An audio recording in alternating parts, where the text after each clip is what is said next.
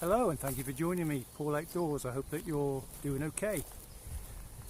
I'm out on a 4.5 mile loop local to my house, getting my daily dose of government sanctioned exercise. I'm going to have a little hammock hang in the middle by way of a rest. Hopefully nobody will report me for that as I'm breaking up my exercise. I'm not sure whether it's supposed to be one sort of fluent exercise without any stops or not. The guidelines or the regulations, the law isn't too clear on that, he says tongue in cheek. It's a beautiful day, sky is blue, sun is shining, birds are singing, nature is just getting on, whilst us humans are all in lockdown, or house arrest as some are calling it, with the luxury of being able to leave the house to get provisions and have some exercise.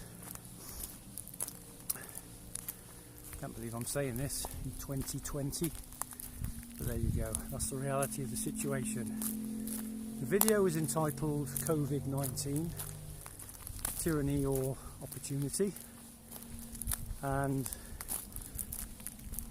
as with most things, when you question everything in life, I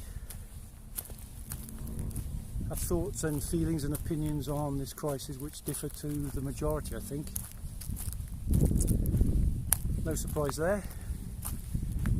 But rather than me ramble and try and put across those sorts of feelings, I'd rather point you in the direction of a blog post site, if I may.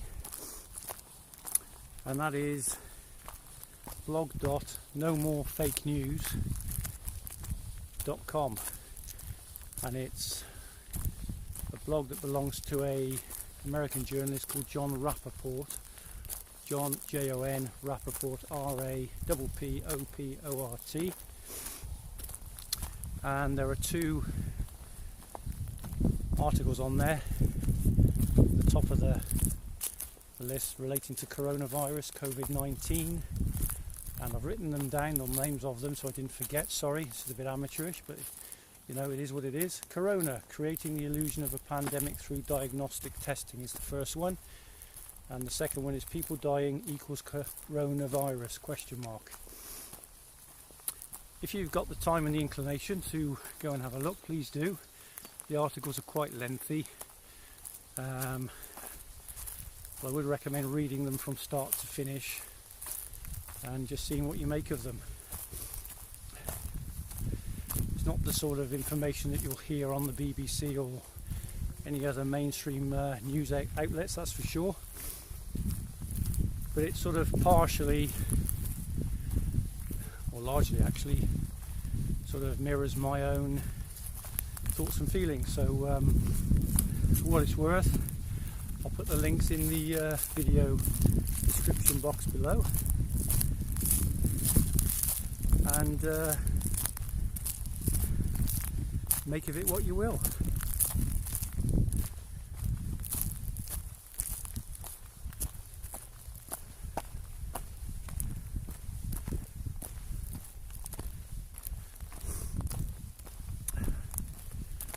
What a gorgeous day.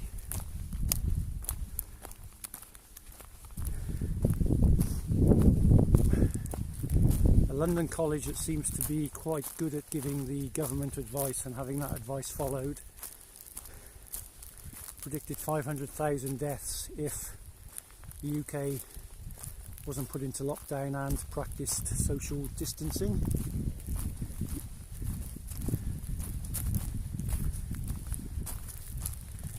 They've now lowered their estimated death toll to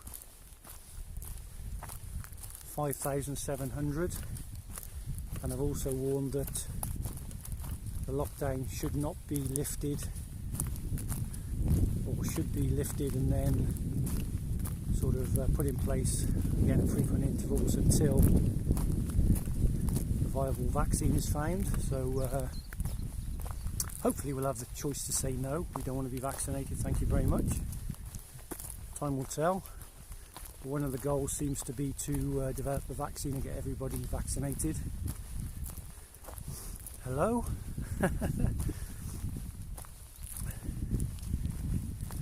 The same London college, whose name actually escapes me at the moment, advised the government to be proactive and slaughter 6 million cattle, sheep and pigs in relation to foot and mouth, which absolutely devastated families, farmers and families in the farming community, the rural community in the UK. The same college again predicted that 30% of people in the UK would become infected with swine flu in 2009, and that up to 60,000 people would die of it. You see a pattern here. The foot and mouth outbreak, of course, was 2001, if my memory serves me correctly.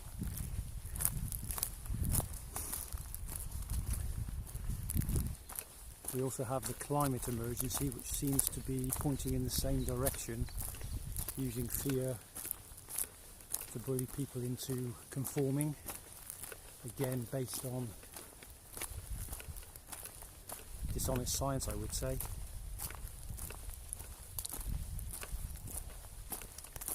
CO2 being the bogeyman, and we have too much of it.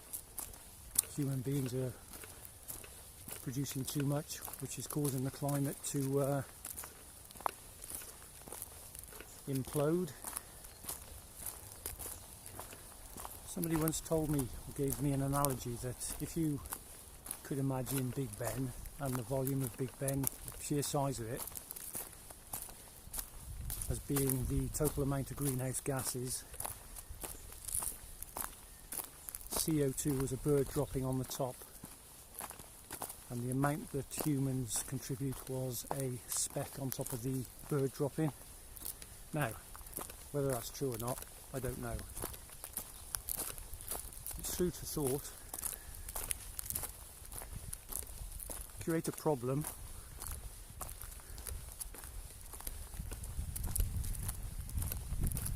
or the appearance of a problem, ramp up the fear, get the population to panic, start policing each other, and then implement the solution that the population is demanding to protect them from the problem, or the perception of the problem, and therefore implementing the solutions that you wanted all along as the power that wants to take society that way. More food for thought. Somebody once said to me as well, I can't remember who it was, whoever it was, thank you, but it's not the wolves that devour the sheep and the lambs, but the shepherds.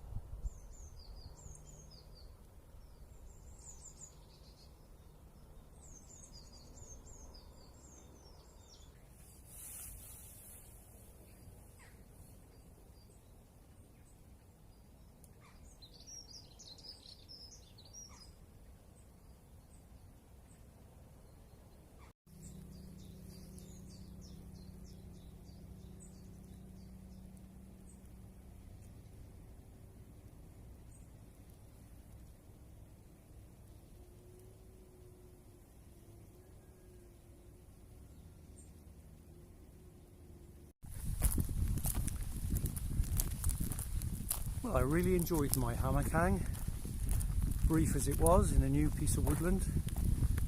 It's always good to try somewhere different from time to time. I'm not far from home now, 15 minutes.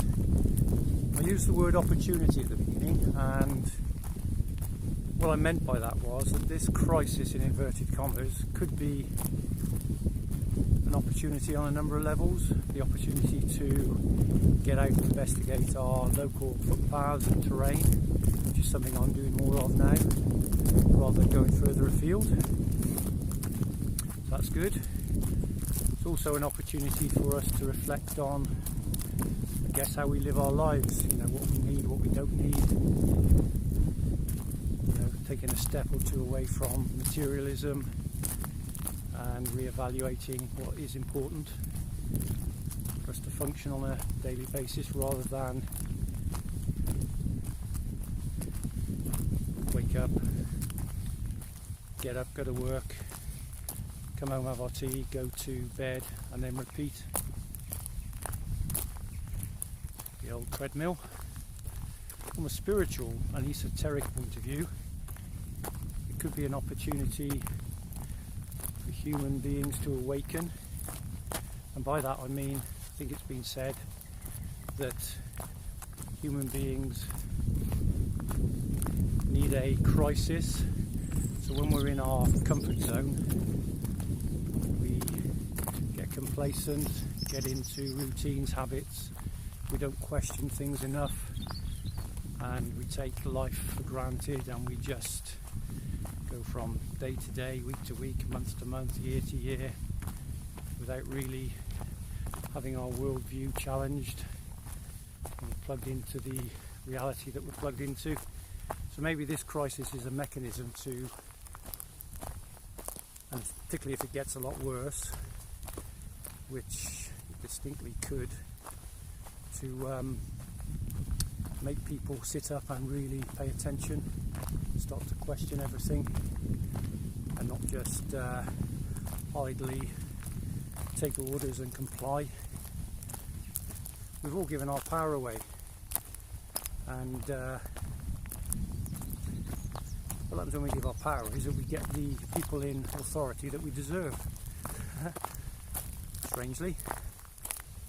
So maybe the universe is saying, right folks, here's an opportunity, here's a crisis, an opportunity dressed up as a crisis.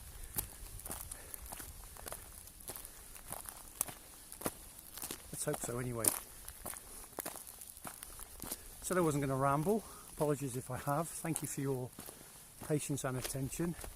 Please go to John's blog, blog.nomorefakenews.com. Make of it what you will, and I look forward to seeing you in the next one. Thank you very much.